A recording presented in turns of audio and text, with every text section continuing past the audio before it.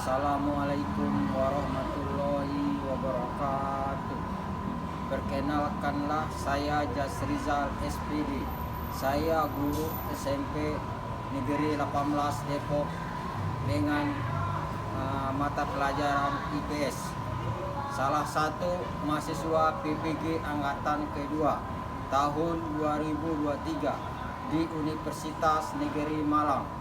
Pada kesempatan kali ini saya akan menampilkan video pembelajaran yang dilaksanakan pada tema Make My Pink di SMP Negeri 18 Depok. Untuk itu saya mohon kepada dosen dan guru penilai untuk memberi masukan dan bimbingan terhadap video pembelajaran yang sudah saya buat. Wassalamualaikum warahmatullahi wabarakatuh.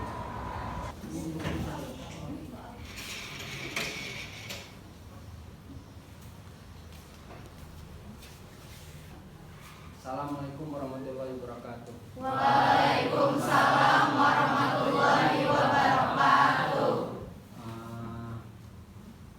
Bapak mau nanya dulu ya, bagaimana kabarnya hari ini?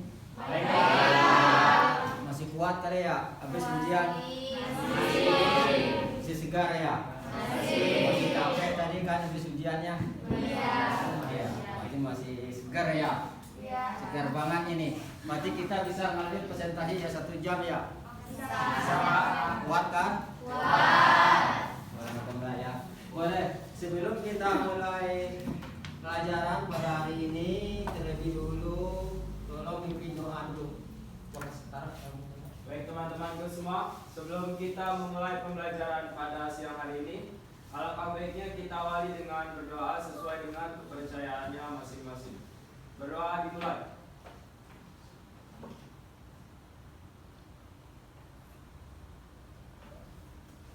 Berdoa selesai. Memberi salam. Assalamualaikum warahmatullahi wabarakatuh. Waalaikumsalam warahmatullahi wabarakatuh. Baiklah ya, sebelum kita mulai pelajaran pada hari ini, tentunya pelajaran kita pada hari ini adalah globalisasi. Jadi bentuk globalisasi ya. Sebelum kita melanjutkan globalisasi, ini ada kita metodenya adalah metode with my pink. Ya, kalau metode with my pink ini adalah salah satu cara untuk mengembangkan kegiatan berpikir seseorang. Ya, dari yang terjadinya suatu arah menjadi 2 arah. Nah, ini. Jadi kita nanti kamu membuat suatu struktur organisasi seperti tadi ya gambar. Terus sudut pandang, mapping sendiri, mengembangkan cara berpikir yang bercabang-cabang dan kreatif. Jadi kita menggunakan yang kreatif. Terus dikenal pula sebagai peta konsep. Ya, grid mapping merupakan sebuah alat berpikir yang mempunyai manfaat yang sangat hebat bagi kehidupan sehari-hari, terutama untuk memahami sesuatu baik pekerjaan maupun yang lain. Jadi mapping ini adalah penggunaannya untuk berpikir kreatif dan inovatif. Ya, ini metode yang kita bahas hari ini. Terus kita lanjut dengan metode selanjutnya tentang metode inti. Metode inti pada hari ini adalah kita dalam bentuk-bentuk globalisasi. Oke ya, globalisasi menurut bahasa adalah global dan sasi adalah global. Terus adalah menduniawi dan sasi adalah proses. Jadi apabila pengertian ini menurut bahasa ini digabungkan jadi proses suatu yang menduniawi. Ya.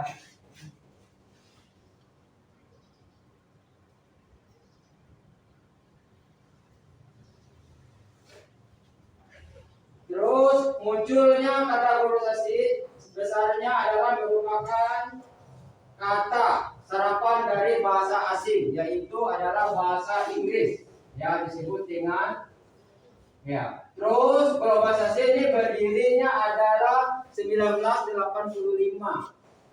Globalisasi mulai dibentuknya. Apakah kamu sudah lahir? Kan? belum ada yang lahir ya? Nah, kamu belum lahir aja globalisasi aja sudah dibentuk. Ya, dibentuk mulainya. Ya, jadi globalisasi ini mulainya dari tahun 85. Jadi waktu itu Bapak baru masih kelas 6 SD. Tahun 5 itu Bapak baru kelas 6 SD. Bapak sudah merasai globalisasi adalah mengenai contohnya sepeda. Ya, kalau zaman dulu sepedanya adalah sepeda unta, besar tinggi. Ya, begitu. Nah, jadi Bapak coba menggunakan sepeda yang kecil. Nah, itu sudah bentuk globalisasi zaman itu. Bapak merasakan cuma satu, belum berkembang kan batu 95 mulai bentuk globalisasi. Jadi proses itu sepeda sudah mulai.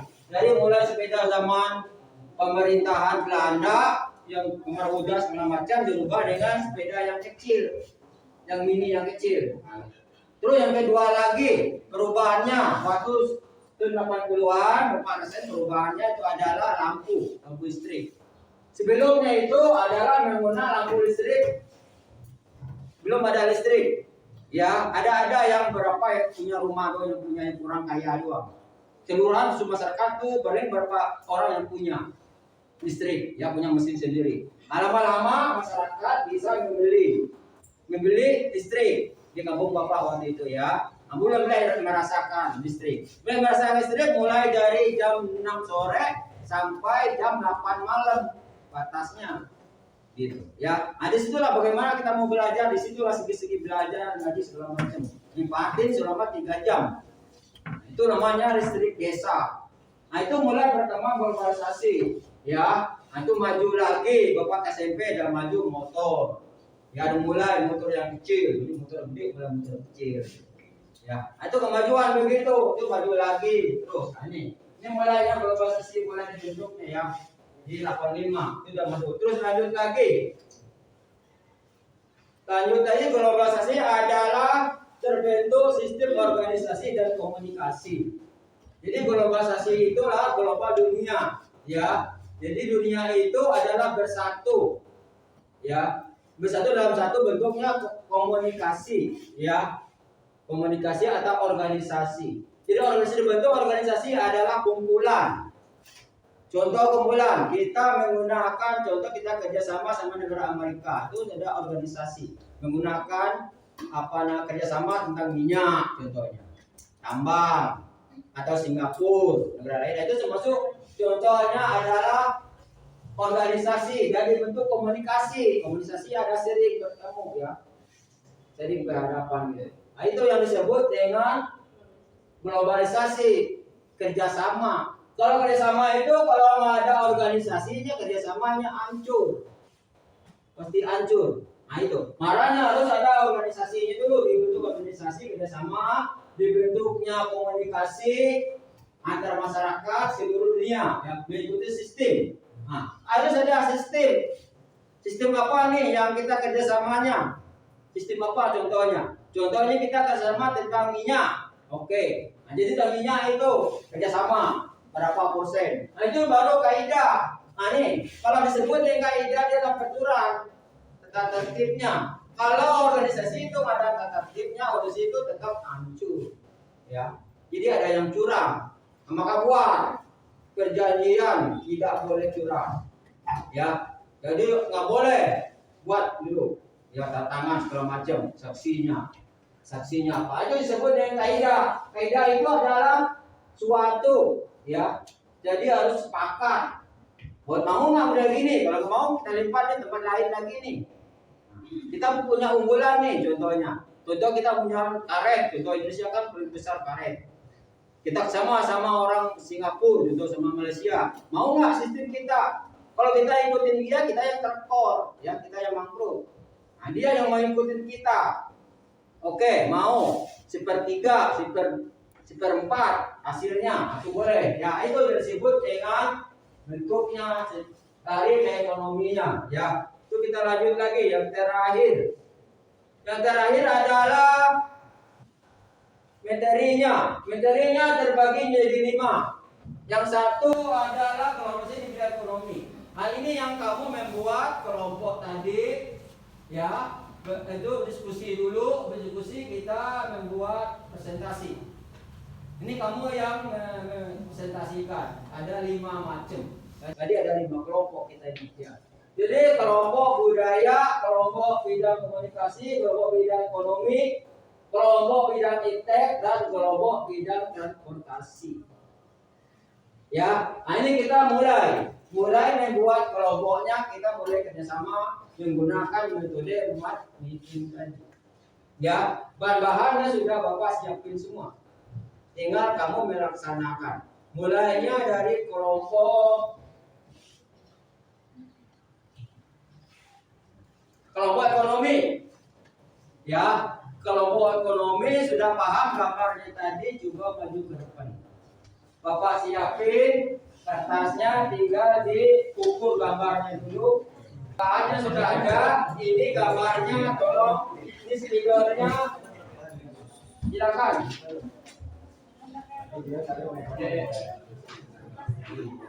Ini stikernya boleh menggunakan berwarna-warni. Silakan, berapa orang? 5 sedikit. Maju, ngambil fotonya. Ayo.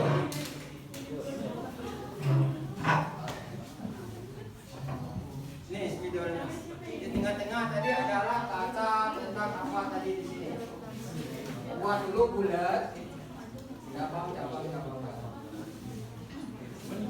Tambah lagi. Ini gambarnya. Jangan dilihat, jangan jauh.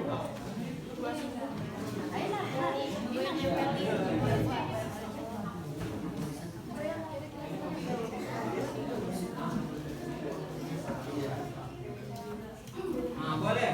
Ya. Ini idolnya. Coba yang lain memahami tentang apa dulu, diskusi dulu yang lain. Adalah di dalam itu ada DLDK, nanti ada bahannya. Juga dilihat bahannya, ya, bahannya di belakang sini.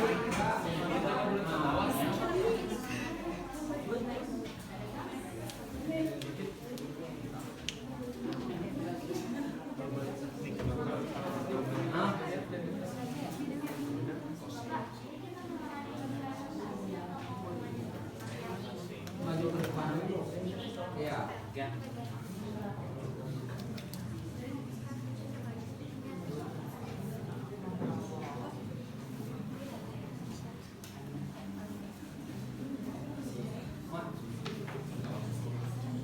Yang gambar kamu aja deh. Karena kamu belum lihat. Ya. Yang pertama.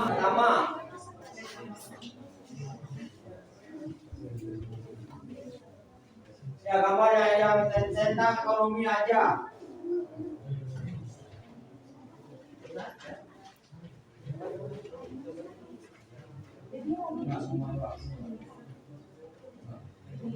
Ya. Ya, lagi ini.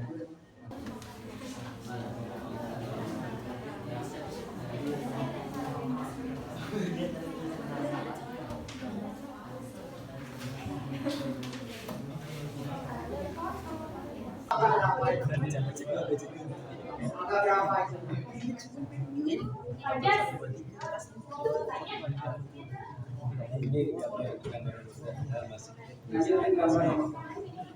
Ya. Ini apa ya? ABCD.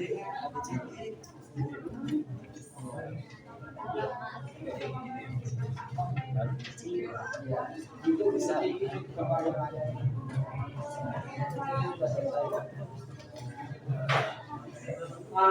sudah kabarnya nomor 1 ya, namanya udah nomor 1 ya. Berarti ini tentang yang ada di ini tolong presentasi jelaskan ya, gambar 1 sampai nomor 3. Nomor 1, nomor 2 dan nomor 3.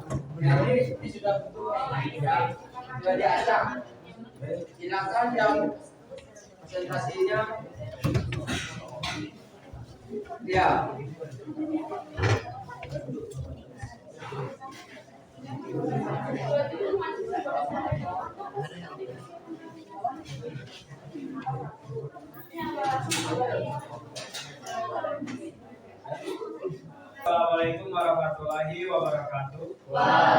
Waalaikumsalam warahmatullahi wabarakatuh.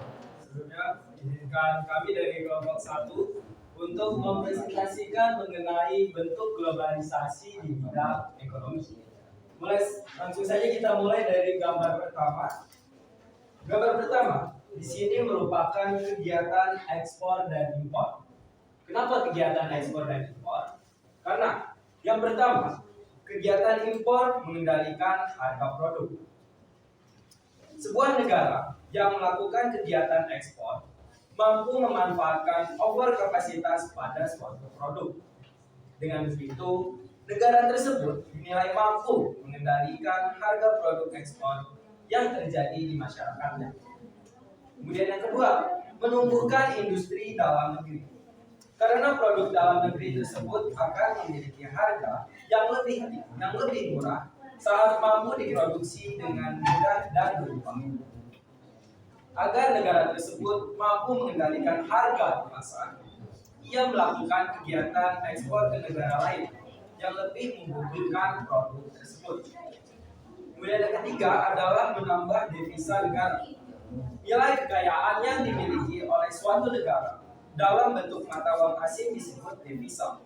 Untuk perkembangan ekonomi suatu negara, aktivitas atau kegiatan ekspor akan memberikan dampak yang sangat positif.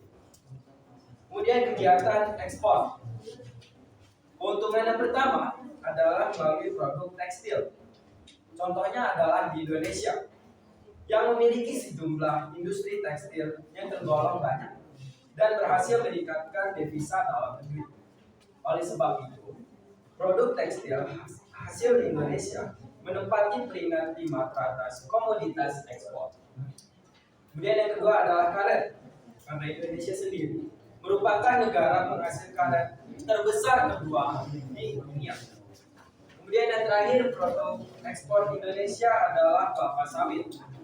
Kelapa sawit merupakan produk yang kerap dijadikan bahan baku minyak goreng, mentega, sabun, dan beberapa produk kecantikan.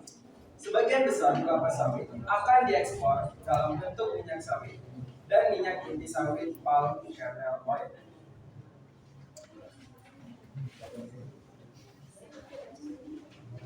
Gambar yang kedua, masuknya perusahaan asing dalam pembangunan sebagai proses globalisasi telah membawa perubahan pada lingkungan alam berupa pencemaran lingkungan. Hal ini terjadi karena yang pertama, ketidakpedulian para pemilik perusahaan terhadap pengelolaan limbah. Yang kedua, perusahaan kebanyakan tidak dilengkapi dengan ceruk asap dan filter. Yang ketiga, pemilihan lokasi perusahaan tidak diperhitungkan dengan matang. Yang keempat, pemilihan perusahaan tidak disertai dengan analisis mengenai dampak lingkungan. Kemudian gambar ketiga, munculnya pasar bebas. Pasar bebas atau dikenal juga dengan perdagangan bebas adalah kebijakan di mana pemerintah tidak melakukan diskriminasi terhadap impor atau impor. Perdagangan bebas dapat dicontoh dengan Uni Eropa, MIA, dan sebagainya. Kebijakan perdagangan bebas umumnya mempromosikan hal-hal berikut.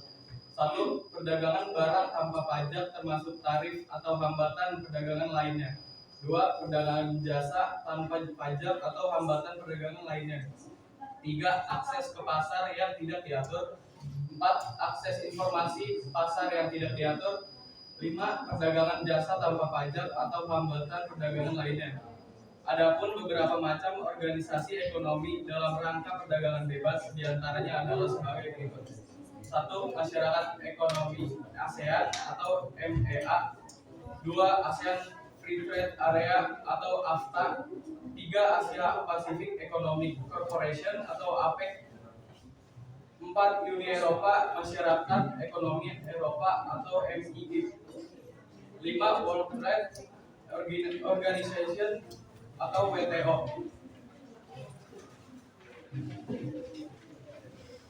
Baik, sekian teman-teman mengenai pendeskripsian dari gambar-gambar globalisasi di bidang ekonomi yang dapat kami sampaikan kepada teman-teman sekalian. Dari penjelasan yang sudah kami jabarkan di sini, adakah teman-teman sekalian yang ingin melemparkan pertanyaan kepada kami? Saya. Produk karet Indonesia secara konsisten mengirimkan ke beberapa negara maju. Lalu negara apa saja yang mengekspor produk karet Indonesia? Baik, terima kasih Eka atas pertanyaannya. Jadi, produk karet Indonesia secara konsisten dikirimkan ke beberapa negara maju seperti Cina, Amerika, dan Jepang. Terima kasih.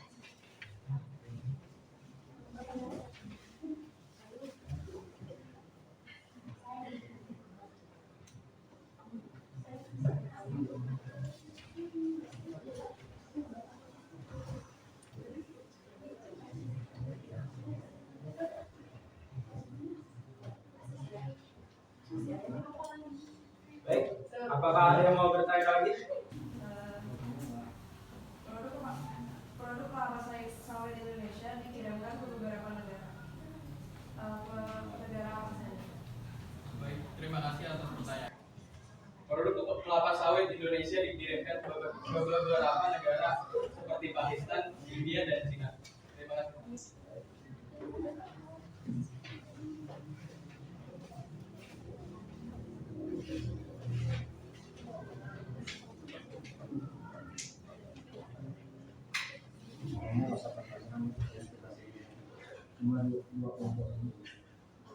Baik teman-teman, karena sudah tidak ada yang bertanya lagi, kami izin menutup presentasi dari kelompok 1.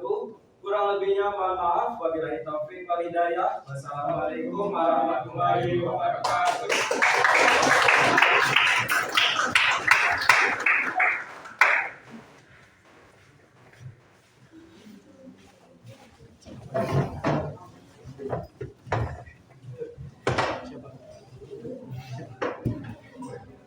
Kita lanjut dengan kelompok Iptek. Silakan coba Iptek maju. Maju berapa orang dulu, tolong terusin ya bentuknya. Di sini ada gambarnya.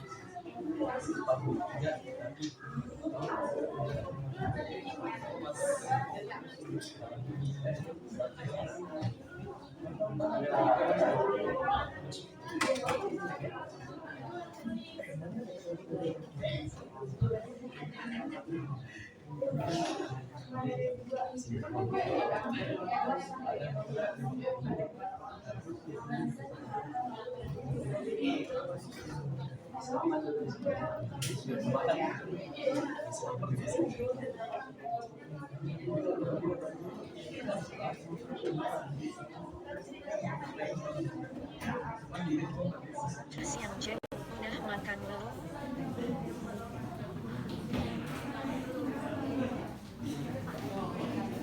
Yang lain dirancang dulu ya. Ini giliran.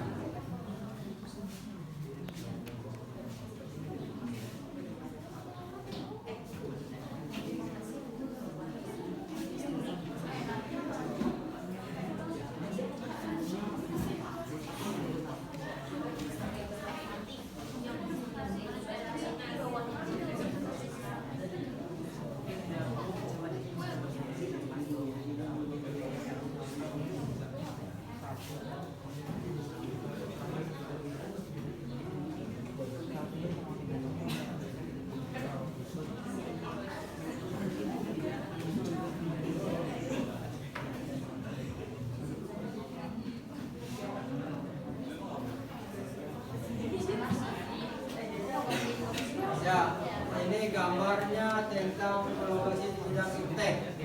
Tolong dijelaskan dari kelompok ini. Jelaskan tentang keterangan gambar 1, 2, 3. Apa maksudnya? Tolong dijelaskan. Presentasikan. Ya.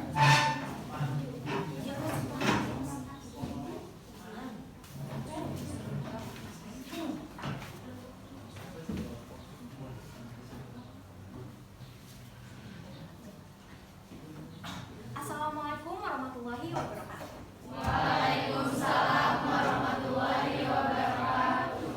Selamat siang semuanya. Kami perwakilan dari kelompok iptek ingin menjelaskan hasil diskusi kami tentang globalisasi di bidang iptek. Yang pertama ada gambar nomor 1 tentang alat komunikasi.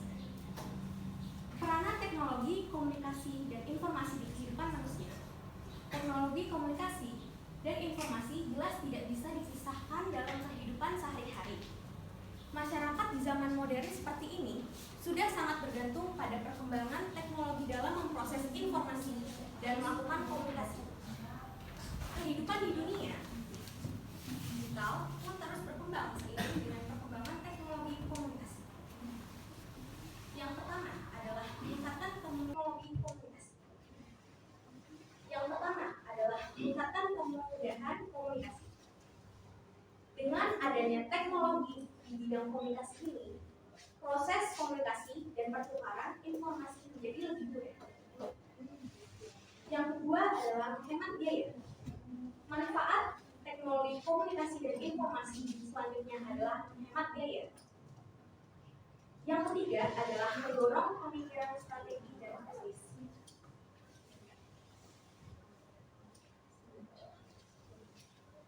Lalu yang keempat ada menghapus batasan budaya dan jarak.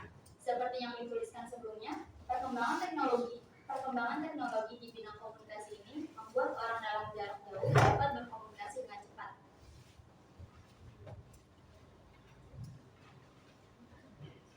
Baik, saya izin melanjutkan penjelasan mengenai gambar kedua. Gambar kedua, memanfaatkan teknologi sebagai tenaga kerja. Teknologi canggih yang siap menggantikan pekerjaan manusia. Software customer service. Jika selama ini kita selalu dihadapkan dengan manusia, ketika menghubungi layanan pelanggan atau customer service, maka hal itu mungkin akan berubah beberapa tahun ke depan. Teknologi canggih berupa software customer service ini akan menggeser proses manusia dalam mengatasi segala proses pelanggan. Kita akan dilayani oleh sebuah mesin yang mampu menjawab segala keluhan kita.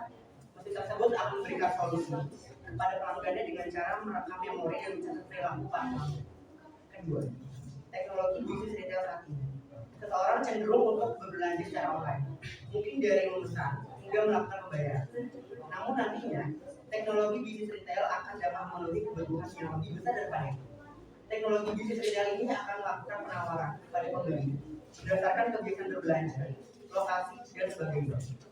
Dengan demikian, profesi sebagai penjaga toko akan tergeser dengan mudah. Sebuah toko mungkin juga tidak akan membutuhkan kembali jasa dan seragam. Izin melanjutkan. 3. Mesin rakit. Beberapa pabrik sudah menggunakan mesin rakit canggih yang dapat menyusun sejumlah komponen produk. Karena sifatnya berulang, maka mesin dapat dengan mudah melakukan pekerjaan tersebut. 4. Mobil autopilot.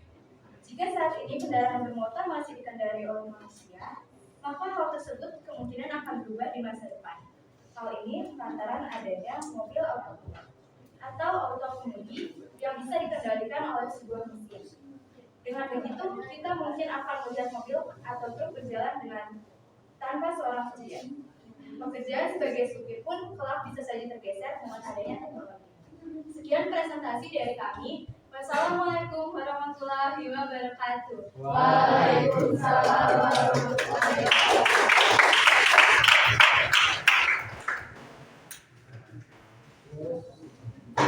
Nah, selanjutnya kelompok yang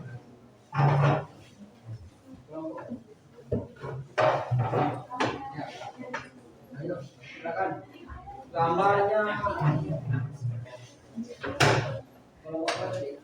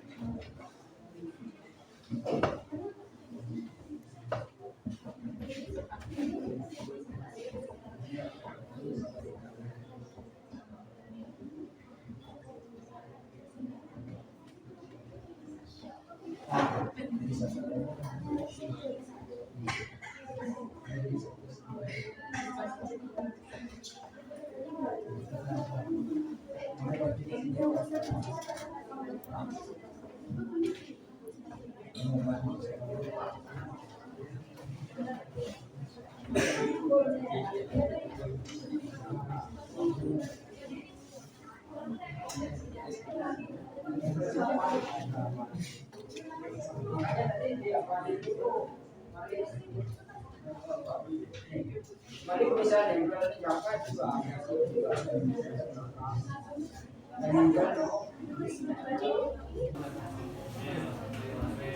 Yang dibuatnya laki-laki aja sih. Iya, gambar yang laki-laki aja yang membuat gambar yang punya ada di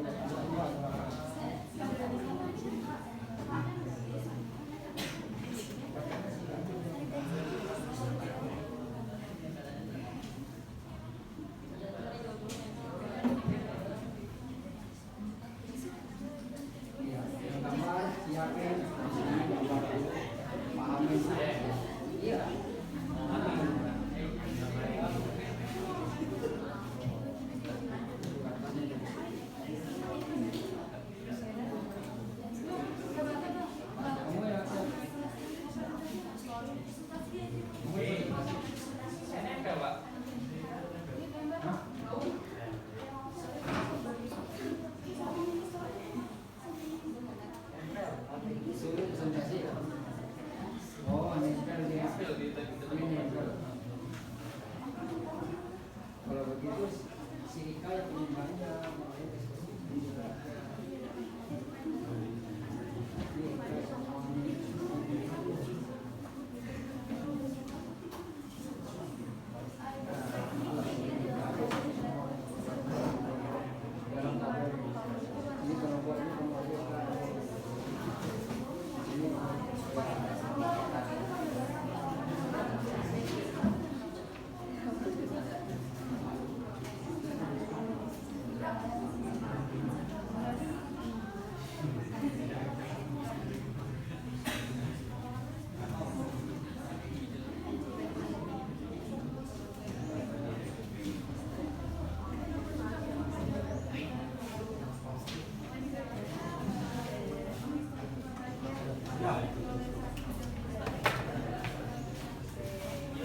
Tolong dijelasin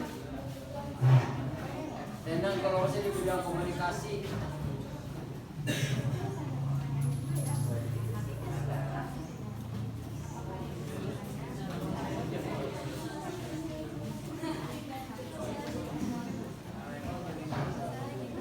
Assalamualaikum warahmatullahi wabarakatuh.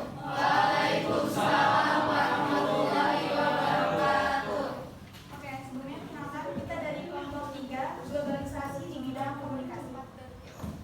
Yang pertama, globalisasi di bidang komunikasi ada namanya teknologi handphone. Sebagai alat komunikasi antar manusia, handphone juga berfungsi sebagai komunikasi dengan orang lain tanpa menggunakan kabel pesawat. Yang kedua, dapat mencari data, berita, informasi dengan layanan internet. Teknologi pada telepon genggam yang semakin canggih membuat telepon genggam bisa menggunakan layanan internet. Yang ketiga, handphone juga bisa digunakan sebagai hiburan. Dalam hal ini, hiburan yang dimaksud berupa bermain game, bisa menonton aplikasi video YouTube, bisa mendengarkan musik, bahkan bisa juga menonton film. Yang keempat, menyimpan data. Semakin canggih suatu handphone, maka semakin besar memori penyimpanan yang dimilikinya. Oleh karena itu, fungsi handphone berikutnya adalah sebagai menyimpan data seperti foto, video, berkas-berkas, dan sebagainya. Yang kelima, mengirim pesan. Selain berfungsi untuk melakukan panggilan kepada orang lain, telepon genggam juga berfungsi untuk mengirimkan pesan seperti SMS dan juga chatting. Yang keenam, fungsi membuat foto dan video. Telepon genggam yang semakin canggih membuat fitur-fiturnya semakin canggih, seperti fitur untuk memfoto dan juga membuat video. Di gambar kedua ini, mengetahui dampak globalisasi di bidang teknologi. Arus globalisasi yang kedua ini, mengetahui dampak globalisasi di bidang teknologi. Arus globalisasi yang bergerak sangat cepat membawa pengaruh di bidang teknologi. Ada banyak dampak yang bisa dirasakan oleh manusia di seluruh dunia. Globalisasi di bidang komunikasi ini ada dampak positif dan negatifnya. Dampak positifnya salah satunya yaitu kemudahan dalam komunikasi dampak ini pastinya sudah sangat merasakan sekali, di mana Anda bisa dengan mudah berkomunikasi dengan siapapun mungkin jarak 1.000 km. Hal tersebut terlepas dari serangan gadget dan jaringan internet yang memungkinkan untuk hidup dengan cepat tanpa harus berkomunikasi. Manusia tidak perlu lagi mengirim surat yang membutuhkan waktu lama untuk sampai dan masih harus menunggu balasannya. Adanya surat elektronik atau email serta aplikasi chatting yang tersedia di internet membuat manusia bisa saling berkomunikasi lewat teks, gambar, telepon, bahkan panggilan lewat video sehingga bisa saling bertatap muka dengan lawan bicara. Biasanya beberapa positif lainnya yaitu kemudahan dalam proses jual beli, kemudahan dalam sarana transportasi, kemudahan dalam mengakses informasi dari internet, dan terciptanya mesin canggih untuk mempermudah aktivitas manusia. Di gambar ketiga ada dampak negatif. Tenaga manusia semakin tergeser. Terciptanya mesin canggih berbasis teknologi ternyata tidak hanya membawa dampak positif, tapi juga dampak negatifnya. Dikarenakan lebih menguntungkan dengan adanya mesin tersebut adalah hasil tenaga manusia pun sudah tidak diperlukan lagi sehingga membuat banyak buruh pabrik yang terkena PHK. Selain itu, mesin modern juga bisa menggeser peran dari barang-barang tradisional. Contohnya adalah gerabah yang merupakan barang tradisional ini mulai ditinggalkan dan diganti dengan mesin yang lebih praktis. Permintaan produksi gerabah pun semakin menurun sehingga dapat mengancam kegiatan ekonomi para pengrajin gerabah. Diperlukan inovasi kreatif untuk membuat kelangsungan ekonomi mereka tetap berjalan di tengah era modernisasi ini. Contoh dampak negatifnya itu munculnya individu, kejahatan dunia maya marak terjadi. Tiga, masuknya budaya baru yang buruk. Teknologi memang memberikan kemudahan bagi aktivitas manusia di berbagai bidang, tapi penggunaannya yang berlebihan juga bisa berdampak buruk. Manusia bisa mengalami ketergantungan terhadap teknologi karena terlalu terlena dengan fitur-fitur canggih yang diberikan. Itu dia perkembangan globalisasi di bidang komunikasi pada masa kini. Kurang lebihnya mohon maaf. Sekian, kami pamit undur diri. Wassalamualaikum warahmatullahi wabarakatuh.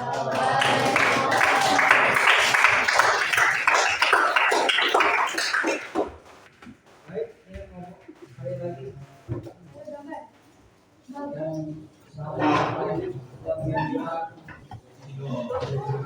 kamar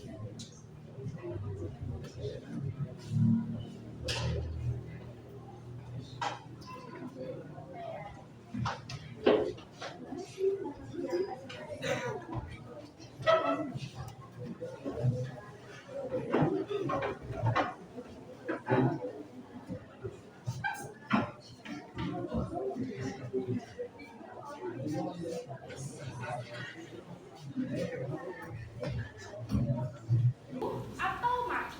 Kondisi itu membuat sumber daya tidak memadai, bahkan terancam habis.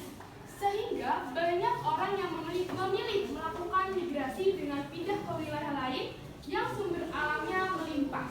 Dengan itu, maka kebutuhannya akan terpenuhi. Terakhir, 4. Melanjutkan pendidikan. Contohnya, misalnya di suatu wilayah yang belum memiliki fasilitas pendidikan lengkap, tidaknya perguruan tinggi, perpindahan yang dilakukan tersebut dengan waktu singkat, tidak lama hanya beberapa tahun. Biasanya setelah lulus akan kembali ke daerah asalnya. Baik, pada gambar nomor 2 yaitu pengaruh pada busana masyarakat. Pertama, berkembangnya arus globalisasi saat ini membuat masyarakat Indonesia hampir kehilangan kebudayaannya lapangan pekerjaan. Contohnya, apabila di daerah asal tidak ada lapangan pekerjaan yang sesuai dengan keahliannya dan jiwa berwirausaha dirasa tidak cocok, maka seseorang akan melakukan migrasi. 2. Kepadatan penduduk. Contohnya seperti dengan kepadatan penduduk yang berlebihan ini, maka banyak orang yang melakukan migrasi ke daerah yang tidak terlalu padat, sehingga adanya pemerataan penduduk di wilayah Indonesia. 3. Sumber daya alam kurang. Contohnya, misalnya pada suatu wilayah yang keadaan tanahnya gersang, sehingga ketika ditanami tanaman tidak tumbuh atau mati. Kondisi itu membuat sumber daya tidak memadai, bahkan terancam habis. Sehingga banyak orang yang memilih melakukan migrasi dengan pindah ke wilayah lain yang sumber alamnya melimpah. Dengan itu, maka kebutuhannya akan terpenuhi.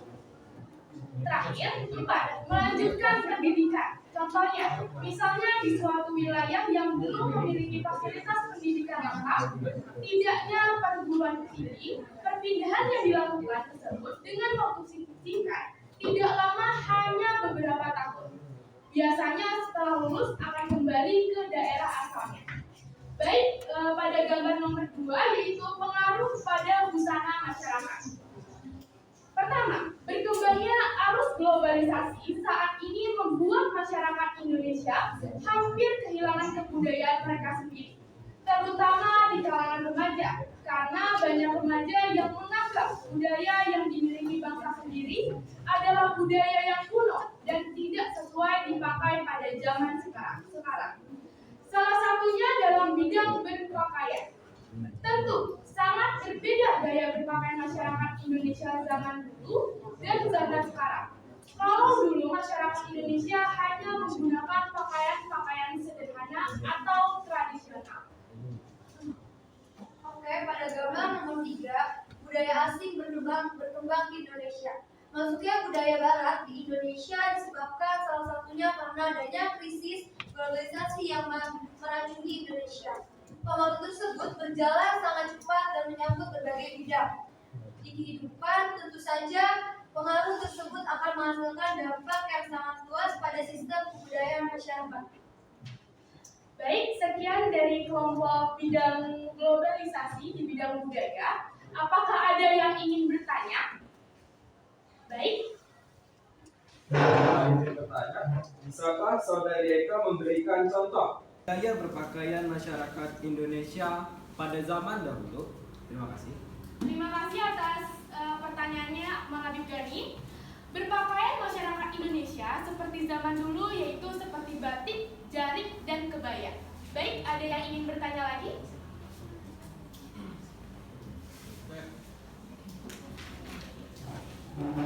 Seperti apa gaya berpakaian yang berlebihan yang digunakan orang barat? Berpakaian orang barat memang terkenal bebas dan terbuka. Baik, terima kasih atas pertanyaannya, Zahid. Oke, jadi berpakaian orang barat atau gaya berpakaian yang menurutnya berlebihan. Berpakaian orang barat memang terkenal bebas dan terbuka, sehingga seringkali berbenturan dengan adat dan kebiasaan berpakaian masyarakat Indonesia yang jauh lebih sopan. Oke, ada yang bertanya lagi?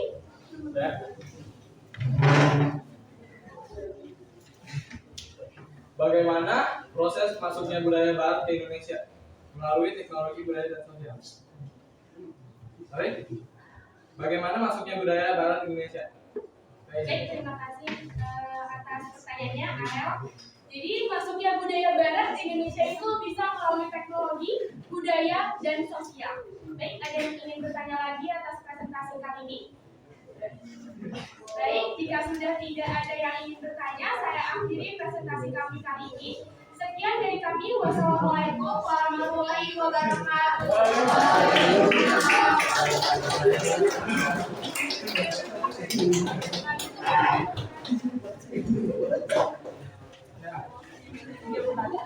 Baik ya. Nanti Bapak mengambil kesimpulan ya, kesimpulan tentang globalisasi. Globalisasi di bidang budaya. Dalam globalisasi di bidang budaya disebarkan kesamaan semua kebudayaan yang ada di Indonesia. Di zaman sekarang budaya lokal dan tradisional terkadang muncul dalam komunitas kecil saja. Berarti tradisional sekarang sudah terpepet gara-gara modern masuk. Ya, itu kesimpulannya. Terpaku pada ruang dan waktu serta biasanya diperagakan, diciptakan ulang secara tanpa muka. Ya, itu. Namun budaya globalisasi sudah pasti akan melintas ruang dan waktu. Berarti ruangnya sudah melintas globalisasi di depan kita. Sama waktu, berarti ruangnya sudah melintas globalisasi di depan kita. Sama waktunya, ya, ruang. Jadi kamu harus bangkit, ya, masa-masa sekarang. Mulai teknologi komunikasi akan transportasi. Ada komunikasi, ada transportasi, ada istek, ekonomi budaya tadi. Ya. Mengikuti arus globalisasi dengan globalisasi budaya semacam pelan-pelan budaya lokal akan tersingkir. Nah, itu kesimpulannya, ya. Mungkin maju, mungkin ke atas, mungkin berubah. Mungkin ke atas, mungkin berubah, ya, zamannya. Jadi sekarangnya zamannya sudah jauh sekali bedanya. Itulah kesimpulan tentang presentasi pada hari ini. Ada yang mau nanya lagi tentang prestasi kita pada hari ini? Tentang mengenai apa metode Sudah cukup. mapping? Sudah cukup, Pak. Cukup. Ya, cukup. Berarti sekarang sudah cukup ya. Berarti masih sehat semua ya, masih kuat. Kalau nama lagi masih kuat. Ya. Nah, sekarang kita cukupin dulu sekian. Jadi kita sambung lagi tentang bentuk-bentuk yang lain. Ya, ada tentang apa positifnya, ada tentang negatifnya dan sebagainya. Terus sekarang kita cukupkan dulu. Wassalamualaikum warahmatullahi wabarakatuh.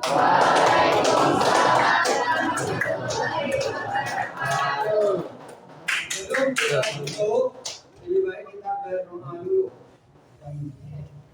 Baik teman-teman sekalian, setelah kita selesai melakukan pembelajaran pada siang hari ini, alangkah baiknya kita tutup dengan berdoa sesuai dengan kepercayaan masing-masing. Berdoa dimulai.